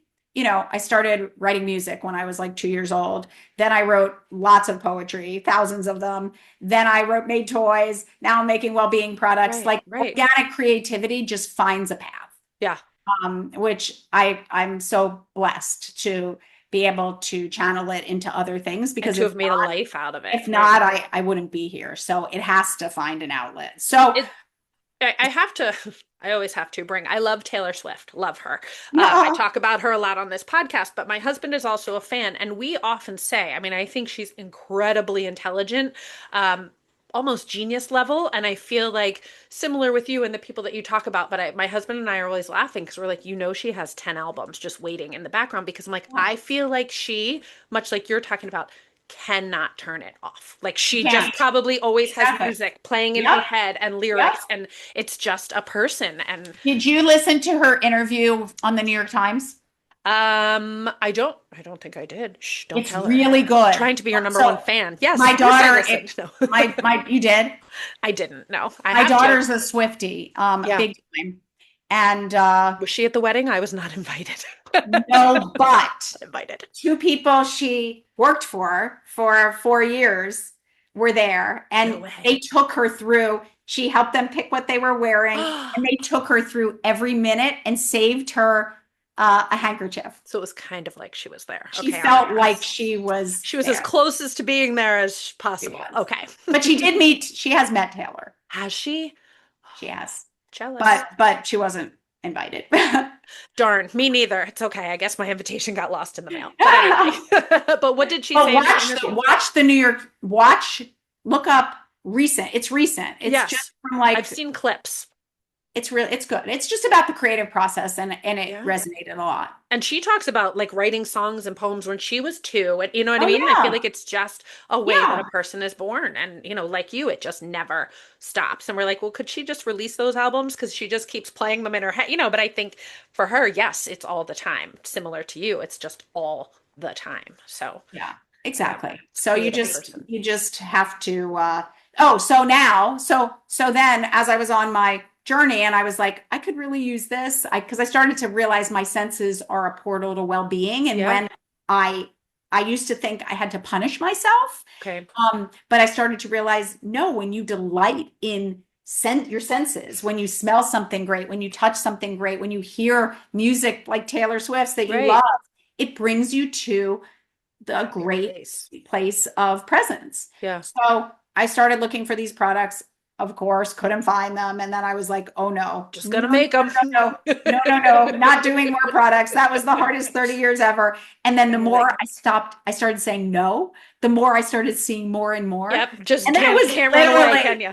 it was 30 linear feet I was seeing finished in my head. I'm And sure. I was like, oh no, no, no, no, no, no. No, I didn't want this. Finally, after like 2 months of not sleeping, and You're like, it was like eating away at me. And I thought, I don't know if I can finish my life without doing this. without doing it.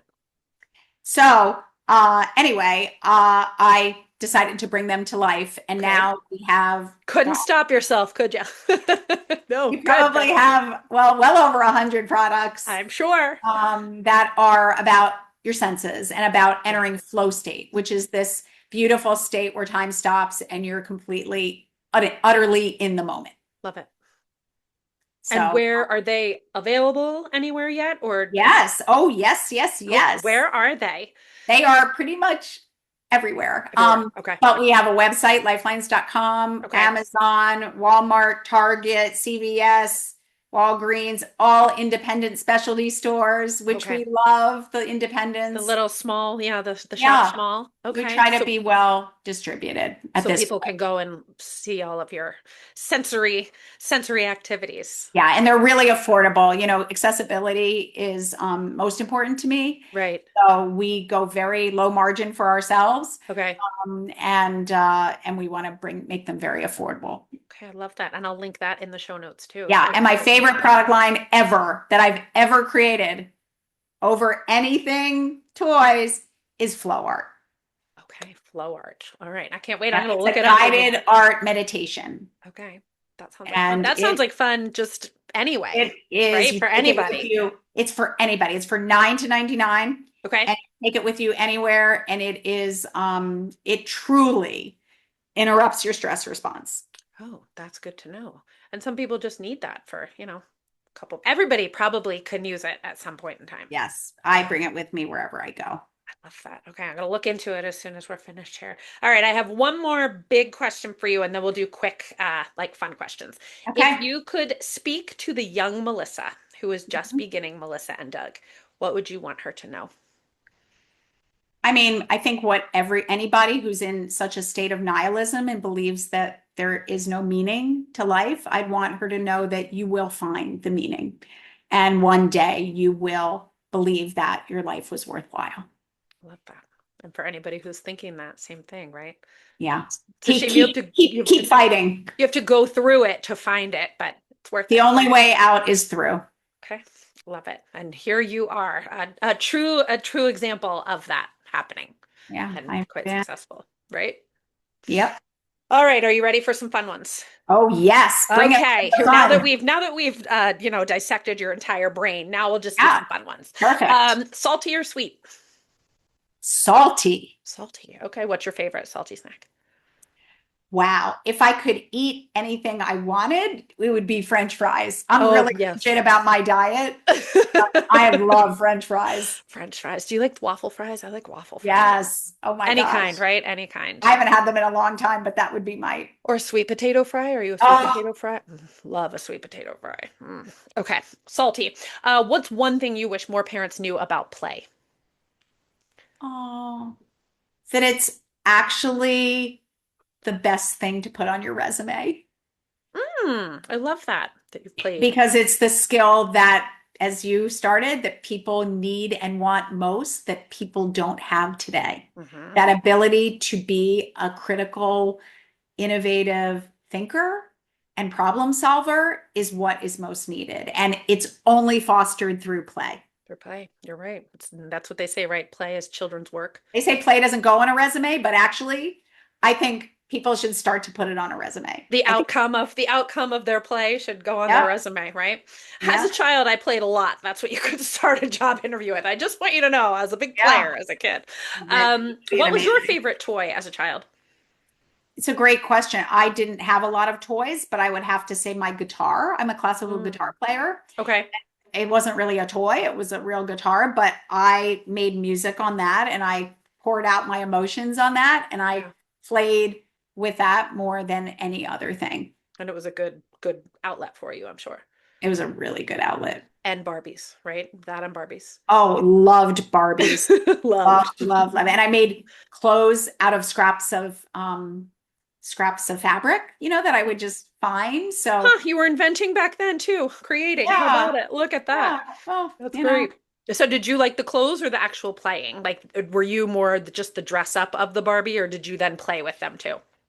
oh no, I played. I had Like, worlds and yeah. And actually, if you want to say my favorite toy, I had two imaginary friends too oh, that interesting. were my constant companions that really, I think I was so lonely that, my mind needed to have these positive, Hmm. positive forces around me. Yeah, So they were named Unky and Mickey. love that. How And long were they with you? they both had the really fascinating thing, as dark as I was, they had their smiles were plastered on their face and couldn't come off. Isn't that interesting? Huh, interesting. They Wow. had permanent They smiles. were happy all the time, even if you weren't, right? There you go. So you were surrounding yourself with it. Well, I had them a long time, ever since I can remember to probably 12, 14. Wow. And they And I just, remember them so clearly that it's like sometimes I don't know if they were real or not. and there it is again, like that creative, imaginative part of you that you feel like they were actually real people, right? They were real people. Yeah, I would talk to them all. Like apparently I was talking a lot to no Did they one. like did your mom hear you talking to them or would Yes. you like she knew about Oh them? no, she knew. Like she would say, Unky and Mickey were your, and I was like, did you think I, and she was a teacher of gifted students. So So she got it. she Yeah. kind of was, I guess, okay with it. I don't remember getting, reprimanded for talking to no Right. one. Right. She was probably like, all right, whatever's keeping you busy. Yeah, really. Um, Yeah, I keep you out of trouble. what is a parenting moment that still makes you laugh from when your kids were little? Um, it it makes me not laugh, but makes me kind of sad that I was a classical guitarist and I desperately wanted one of my kids to be really musical. Oh yeah. Because for me, that was kind of the gift that I was thinking of being a professional musician and never pursued it. Yeah. So I tried to get my son to play classical guitar How'd and that go? well, this is the funny, sort of not so funny moment. Sent him to these lessons. And I always realized when he came home, like he'd never talk about it. I never heard him practicing. And Okay. one day after being maybe his 10th lesson, he said, Mom, he was like 7 or 8. He's like, can I talk to you? I was like, sure, what's up, honey? And he just started to cry. And he said, really, like in a very low voice, he said, I'm a baseball player, not a guitar player. You're just gonna have to live with that. Okay. And I went, wait, what? He said, Okay. I'm a baseball player, not a guitar player. Like, okay. I And I tried. went like, oh my, in that moment, I was like, what did I do to my kid? He just Like, had to they tell you say, it was Carl Jung serious. said a child's greatest threat are their parents' unrealized dreams. Yeah, right? Because we're all like, wouldn't this be fun? And we're like, no. Yeah. So He was a that was baseball like the player. moment when I was like, oh my gosh, thank goodness Okay. he's my first because now I realize that I cannot try to live through my kids. Right. They're gonna fight against everything you Yeah. want He them never to went to do. another guitar lesson after That was that. the end of his career, huh? Okay. Well, that's really cute. He was probably like, I don't know how to tell her. I've got Yeah. a baseball player too, so I understand that. Yes. Like I say all the time, he's just waiting for the Phillies to call him. I'm like, any day, buddy. Oh, hey, Any day. When they need dreams a fourth grade happen. player, it's gonna be you, I'm sure. Dreams, What dreams is happen. it could happen, never know. What is one small family tradition that means a lot to you? Oh, I love traditions more than anything. I mean, one that we grew up doing, we haven't done it as much lately, but every Halloween we get pumpkins and we take out the pumpkin seeds Yeah. and we have a competition who can make the most delicious recipe for pumpkin seeds. And Oh. pumpkin seeds are good because they're so neutral. Yes, you can put You have anything to on them. cover, it's literally like people would do peanut butter and jelly. And Okay. so, and then we'd have a whole panel because we had a lot of people in our home. Right. You've got a We'd have a whole. panel voting and Okay. someone would get the illustrative. And what wins? Because my husband has done like spicy. I'm not a fan. I like salty, but give me some other, what are some other things we've put on them that have been good? I mean, there was like apple cinnamon and Oh, there was like peanut butter cup. I mean, people okay. did all kinds. Some were awful, Well, but yeah, that's fun. it was fun. It was a It's really fun. really, we had a lot of fun, fun Bring it tradition. back. Bring it back this year. Make them all come home and do it with you. I know that would be really Uh, good. beach or mountains, though you're sitting in front of a beach, so I think maybe you're going to say beach or It's a really great question, and I think of it often. I like a beach with mountains, like in Costa Rica. oh, okay. You get the best of both worlds. I'll But I'll if I take it. had to say one, you would have to say the water because of the sound. Okay, The so just that. mountains, The the mountain. sound of the ocean does something to cleanse out Yes, for the sure. cobwebs. For sure. So Just the yes, sound of the water. yeah, Okay. One place you'd like to go that you've never been. that's a great question. I think Greece. I hear really Oh. nice things about And Greece. that's like having a moment. Like I know so many people who in the last 3 or 4 years have gone to Greece. I don't know. Maybe I'm missing out. I gotta plan a I plan a know. trip. I just want to see that blue water with the like How about white you? houses. Mine, I've traveled a lot in the United States, and I've been to Ireland, but I think I would start with England. Like I think Oh, that would be because wow. I'd like to do Europe, but I think I'd like to go to England because I can speak the language. It would be like a good start and take my kids. And Yeah. then I think Italy. Oh, Just nothing like Italy. pasta, pizza, and gelato. I mean, say no There is more. no person I've ever met who's gone to Italy who hasn't loved it. Yeah, maybe that should be my first, and then I'll go to I think it England should. after that. Yeah, maybe. Okay, then Italy. I'll say It's Italy. really Uh, amazing. something people would be surprised to know about you. Something people would be really surprised to know about me. I need a really compelling fantasy show Oh, to uh to like detox with before I go okay. to bed. So Like what are I you watching love right now? House of the Dragon season 3. Okay. And I am Yeah, not a and fantasy person. you're Okay. not I like realistic. right. Well, because realistic is too like Too it's too close to close home. to home. You need like I this mean, can't that's what happen. my husband loves realistic. He doesn't like fantasy, so I'll watch that too.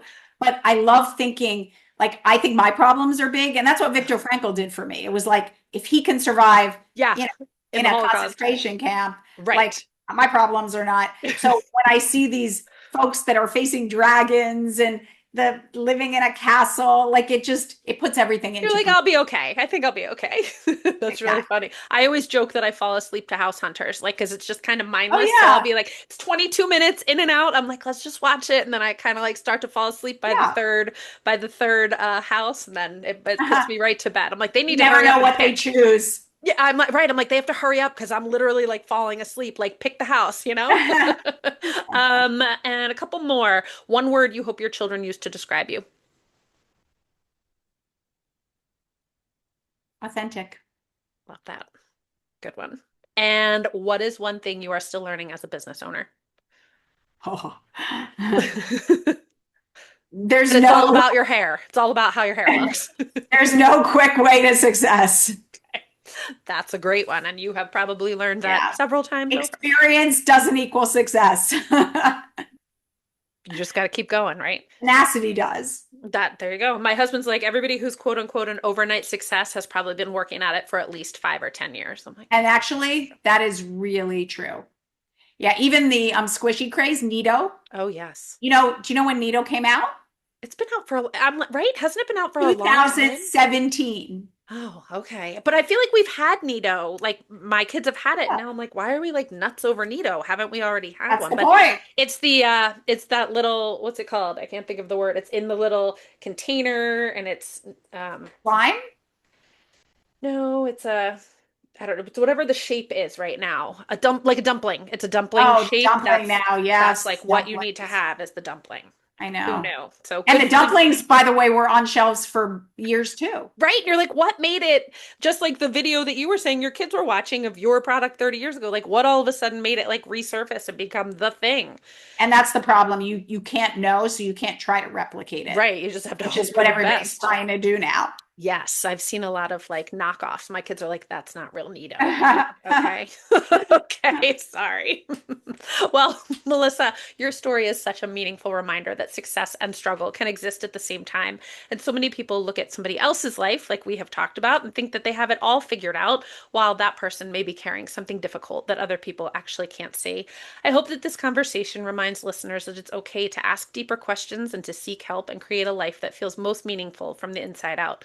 Melissa, thank you so much for being authentic and sharing so much of your story so openly and for joining me today. And to our listeners, thank you for being here. If this episode resonated with you, please follow, share, and leave a review wherever you listen to podcasts. And you can also follow along on Instagram and Facebook and YouTube at Mom's Work Podcast for more conversations just like this. Melissa, thank you so much. Oh, I'm sorry I'm no Taylor Swift, but Well, I mean, you're I'd one love step to closer. I'd love to lead you in a song, but I'm Well, not going. maybe when she and Travis have kids, I'll just send a letter and ask her, if she'd like to come talk about being a mom. There you go. Right? Hey, you never Listen, know. maybe she'll stop writing songs that like rip us apart. I was like, when she has kids, she's gonna realize that like never grow up was not a nice thing to do to anybody. So what's your favorite album of hers? Oh, let me sign off here and then we can talk. Thank you so much for Okay. joining.